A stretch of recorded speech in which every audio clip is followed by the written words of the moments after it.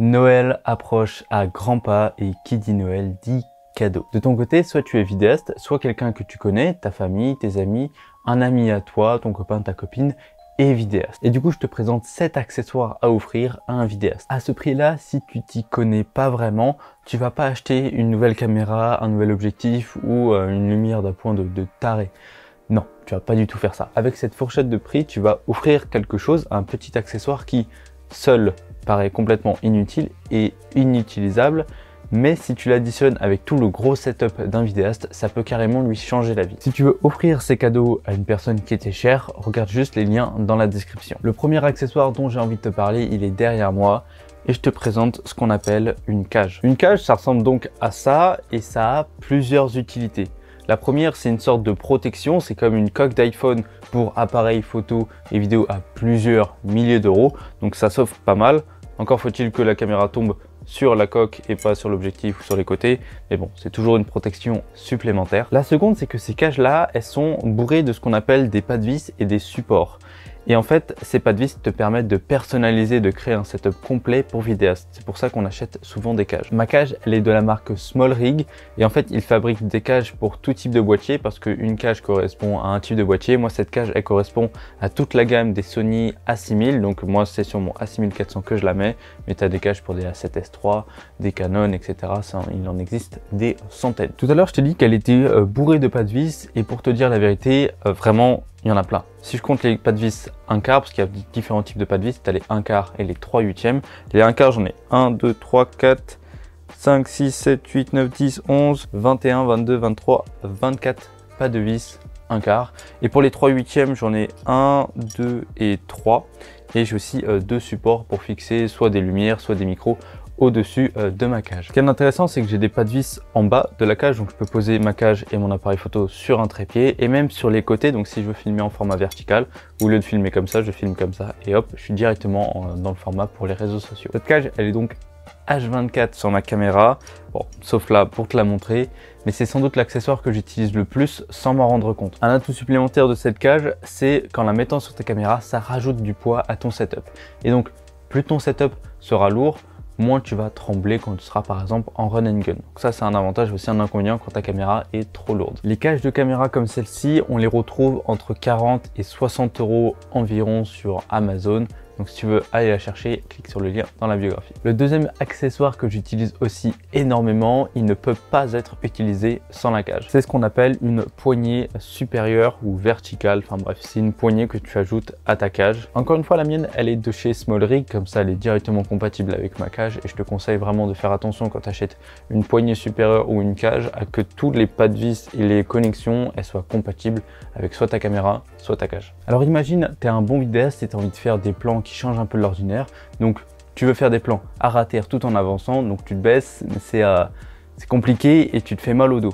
Alors que si tu avais cette poignée supérieure sur ta cage, tu as juste à tenir ta poignée, baisser un peu ton bras et là tu peux faire des plans à ras-le-sol beaucoup plus facilement et en plus tu sauvegardes un peu ton dos pour pas le ruiner à la fin de la journée. En plus, plus ton setup sera chargé avec des trucs que tu vas rajouter par-ci par-là, même s'ils sont utiles ou inutiles, c'est pas ça qui compte. Plus ton setup sera chargé, plus tu vas paraître professionnel et une personne de confiance auprès de ton client. Et ça rajoute toujours le petit côté street crédibilité pendant la prestation. En plus, tout à l'heure, je te parlais de poignée supérieure, mais en fait, c'est faux parce que cette poignée, tu peux la mettre n'importe où tant que tu as ce qu'on appelle des pas de vis 3/8. C'est pour ça que la cage, elle est hyper intéressante. Par exemple, je peux mettre ma poignée sur le côté ou même en dessous. Je vois pas trop à quoi ça sert, mais ça peut toujours servir. Et je peux même mettre cette poignée sur mon trépied. Là, il n'y a aucune utilité, mais bon, c'est tout. Voilà quoi, on le sait. La poignée, c'est comme la cage. Elle est truffée de pas de vis 1/4 et 3/8. Alors, les 3/8, j'en ai un là, un sur le côté, un au-dessus et un autre sur l'autre côté. Et les pas de vis, j'en ai 1, 2, 3, 4, 5, 6, 7, 8, 9, 10, 11, 12, 13 pas de vis 1/4, 4 pas de vis 3/8 et j'ai même deux supports pour mettre un micro ou un moniteur externe directement sur la poignée supérieure. Donc c'est vraiment... Elle possède aussi un dispositif de serrage assez puissant, surtout avec une petite clé Allen. Tu as juste à serrer un maximum quand tu es sur la cage. Donc si tu as peur de faire tomber ta caméra, si tu serres bien, ça n'arrivera jamais. Celle-là, tu la trouves à 67 € sur Amazon, c'est le produit le plus cher de cette vidéo, mais tu peux évidemment en trouver des moins chers suivant ce que tu veux, par rapport à la forme de la main, la forme de la poignée, des doigts, et suivant si tu veux plus ou moins de pas de vis. Le troisième accessoire que je vais te montrer n'aidera pas le vidéaste à filmer des vidéos, à prendre des photos, mais va plutôt l'aider à travailler de n'importe où. Est-ce que j'ai vraiment besoin de te montrer pourquoi c'est important d'avoir une batterie externe? Bon, ok. Alors cette batterie externe là, elle a une charge de 20 000 mAh si je dis pas de bêtises, si c'est pas des ampères, enfin bref, de 20 000. Et en gros, ton téléphone, il a une charge de 3000. Donc avec cette batterie là, tu peux recharger ton téléphone 6 à 7 fois à peu près. Voilà. Moi, je l'ai toujours avec moi quand je sors quelque part parce que la batterie de mon téléphone, elle a un peu de mal en ce moment. Et j'avais un peu peur de sortir mon téléphone pour filmer et poster des trucs sur les réseaux sociaux, des petits formats Instagram par exemple. Et maintenant, avec cette batterie là, si je connecte mon téléphone, bah, j'ai plus peur. Je peux même utiliser le flash de jour. Non, ça c'est stupide. Mais voilà, j'ai plus peur d'utiliser mon téléphone parce que je sais que j'ai de quoi le recharger à portée de main. Tu peux évidemment recharger les batteries de ton appareil photo si tu as les câbles nécessaires. C'est une des prises USB et USB-C. Tu peux charger jusqu'à 3 appareils en même temps. Voilà grosso modo pour les caractéristiques principales. Cette batterie là, je l'ai choisie pour sa capacité en termes d'énergie, donc 20 000 mAh, mais aussi pour son poids et sa taille. Elle est plutôt petite, elle se cale dans n'importe quelle petite poche, et je la trouve assez légère pour la mettre dans des sacs à dos pendant des randonnées ou des grosses prestations. En ce moment, tu peux la retrouver à 32 € sur Amazon via le lien dans la description. L'accessoire que j'ai acheté avant d'acheter ma caméra, il est présent dans cette pièce et il est juste là-bas. C'est celui-ci, c'est une lampe RGB de chez Ulanzi. Attends, je vais l'éteindre. Ça va faire déjà plusieurs années que je les possède, bientôt 2 ans, et je les utilise encore pour toutes mes prestations et tous mes projets audiovisuels. La preuve, il y en a une qui m'éclaire au fond et une qui m'éclaire juste ici. Et je les utilise aussi pour des prestations professionnelles, que ce soit des petits éclairages d'appoint ou pour les photos de soirée. C'est des lampes multifonctions et je les trouve incroyables. Elles sont RGB, c'est-à-dire qu'on peut obtenir toutes les couleurs qu'il y a possible, comme du bleu, du rouge, du vert, enfin n'importe quoi. Elles ont aussi le mode température, donc on peut les régler de 2500 à 9000 Kelvin. Donc on peut avoir des températures froides ou des températures chaudes pour nos vidéos ou nos photos. Et pour finir, on peut régler l'intensité lumineuse de 0 à 100% et à 100% de son utilisation.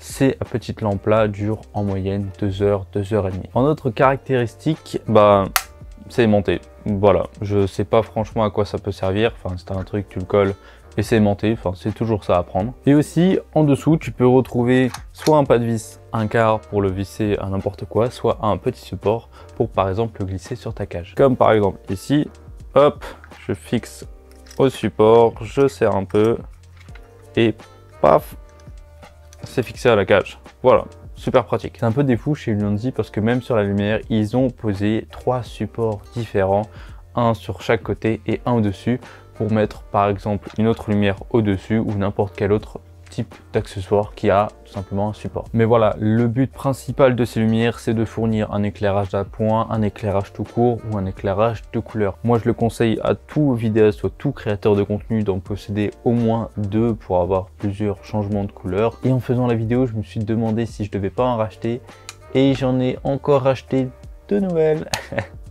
Du coup, ça va fournir le décor avec un peu plus de lumière pour faire un truc un peu plus stylé quand même. Ces lampes, on les retrouve à 30 € unité chez Amazon. Donc tu peux en prendre une ou deux, c'est vraiment un must-have à avoir pour chacun. L'accessoire suivant, par contre, lui, il est important, obligatoire, hyper important, méga important, nécessaire à tout vidéaste. C'est le kit nettoyant. Alors, il est juste ici, grosso modo, c'est ça.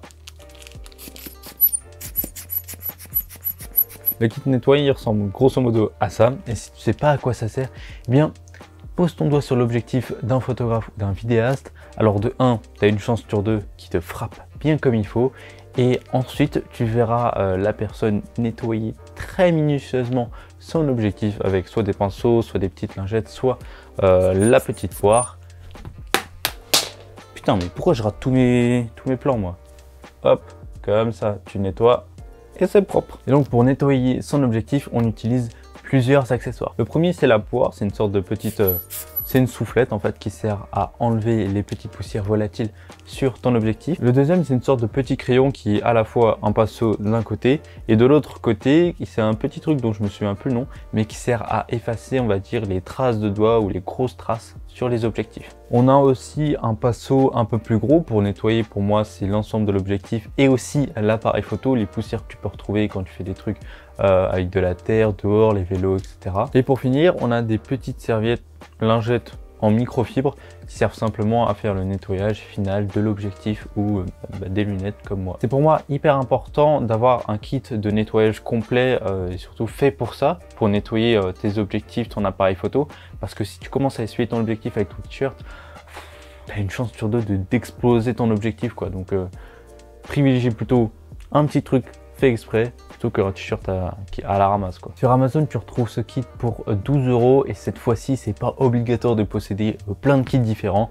Un seul, ça suffit à avoir dans son sac à dos. Pour l'avant-dernier accessoire, j'aimerais te parler d'un petit truc que j'ai acquis il y a pas longtemps et qui m'aide vraiment à créer du contenu sur les réseaux sociaux, donc tout ce qui est les TikTok, les Reels, les Shorts YouTube. C'est ce petit truc là. C'est un grip pour téléphone. Moi, je filme tous mes TikTok avec le téléphone parce que c'est tout simplement plus rapide, plus facile, etc. J'ai pas besoin de passer par la case Premiere Pro pour tout simplement monter mes TikTok. Et du coup, avant, j'utilisais une grosse cage qui était assez encombrante et qui me plaît plus maintenant. Et je voulais, on va dire, minimiser le setup. Donc, j'ai acheté ce petit grip là. Et franchement, tu peux pas faire plus petit que ça. Pour l'utiliser, c'est très simple. Tu mets ton téléphone à l'intérieur, tu serres. Et voilà, c'est agrippé. Et si par exemple, comme tout à l'heure, tu veux mettre une petite lumière d'appoint, tu peux grâce au support qui est juste au-dessus. Donc là, je prends ma lumière Ulanzi, je la pose dessus, je serre et voilà, j'ai un setup complet, caméra et lumière dans le même petit truc. Ce qui est encore mieux, c'est que en dessous, tu as encore une fois un support, donc pour le mettre sur ta cage ou n'importe où, et un pas de vis 1/4 si tu as besoin de visser ce petit support de téléphone quelque part. Ce petit setup, moi je le mets sur ma caméra comme ceci quand je suis en train de filmer ou créer du contenu pour les réseaux sociaux. Comme ça me permet d'avoir à la fois la prestation sur la caméra et les réseaux sociaux sur le téléphone. Donc c'est toujours une fois super pratique. Tu peux offrir ce petit grip pour téléphone à une personne qui aime bien créer du contenu sur les réseaux sociaux avec son téléphone. C'est franchement toujours un petit plus plutôt que de se trimballer avec des énormes ring lights, etc. trop chiantes. Tu peux le retrouver à 20 € sur Amazon, encore une fois via le lien en description. Et le dernier accessoire que j'ai envie de te présenter, en fait, n'est pas un accessoire, c'est plutôt vraiment une nécessité. Et cette fois, c'est vraiment ça, c'est une obligation d'avoir ça pour tout créateur de contenu, c'est un micro. Une bonne vidéo, ça commence d'abord par le son. On peut regarder une vidéo qui n'est pas belle à regarder, mais on ne peut pas rester devant une vidéo avec un son inaudible ou qui fait mal aux oreilles. Ça, c'est carrément la base. C'est pour ça que le vidéo micro de chez Rode est tout simplement obligatoire pour tout créateur de contenu qui commence. J'ai personnellement commencé avec ce vidéo micro avant de passer à un micro cravate sans fil. C'est plus sympa pour moi, mais je l'utilise encore pour mes prestations, soit pour capter un son d'ambiance quand je suis en run and gun, ou tout simplement comme son de secours comme je filme avec plusieurs caméras. Pour te faire un petit exemple, hop, là je vais brancher le vidéo micro. Hop, voilà, donc maintenant tu es avec le son du vidéo micro, donc pour te dire que ça change absolument pas du micro cravate, c'est tout simplement normal. Donc tu peux très bien commencer avec le vidéo micro pour créer tes premières vidéos. Le micro, il est fourni avec un câble pour connecter directement à ta caméra, mais tu peux aussi acheter un autre câble pour cette fois connecter directement au téléphone. Tu le différencies parce qu'il est gris au bout, et aussi avec le nombre de lignes qu'il y a là. Moi j'ai mis du temps à comprendre ça quand j'étais encore débutant. Mais voilà, on retrouve aussi une petite bonnette anti-vent qui marche franchement plutôt bien pour la taille du micro, pour l'avoir testé dehors et surtout au ski quand tu bombardes. Au niveau du tarif, tu le retrouves en ce moment pour 58 € sur Amazon, mais c'est franchement l'accessoire qui va te faire passer d'une vidéo amateur à une vidéo professionnelle. Et pour quelqu'un qui commence dans la vidéo, c'est vraiment le pont qui te fait franchir la barrière entre vidéo amateur et vidéo professionnelle. Et c'est pour ça qu'en termes de rapport qualité-prix, le vidéo micro, c'est l'un des meilleurs au monde. Enfin, le meilleur, il est conseillé par tous les créateurs de contenu, que ce soit sur YouTube ou les vidéastes, pour commencer à créer du contenu de bonne qualité. Avec tout ça, tu as au moins une idée de quoi offrir à ton vidéaste préféré. En description, tu retrouveras tous les liens des produits dont je t'ai parlé dans cette vidéo. Évidemment, c'est des liens affiliés, donc quand tu cliques dessus, ça t'augmente pas le prix, ça reste le même prix. C'est juste que moi, je récupère une toute petite commission là-dessus et ça me permet de vivre tout simplement, de me nourrir, de faire vivre mes enfants, même si j'ai pas d'enfants. En gros, je récupère une petite commission et ça me fait toujours plaisir et ça me permet de te proposer du contenu toujours gratuitement sur cette chaîne. Dis-moi aussi en commentaire quels autres accessoires que je n'ai pas mentionnés que tu utilises dans ton activité de vidéaste au quotidien. J'espère que cette vidéo t'a plu et si c'est le cas, je te conseille de regarder ma playlist matos. Je te la mets juste ici, tu découvriras tout mon setup, tout mon parc objectif et matériel et on se retrouve tout de suite de l'autre côté. Ciao!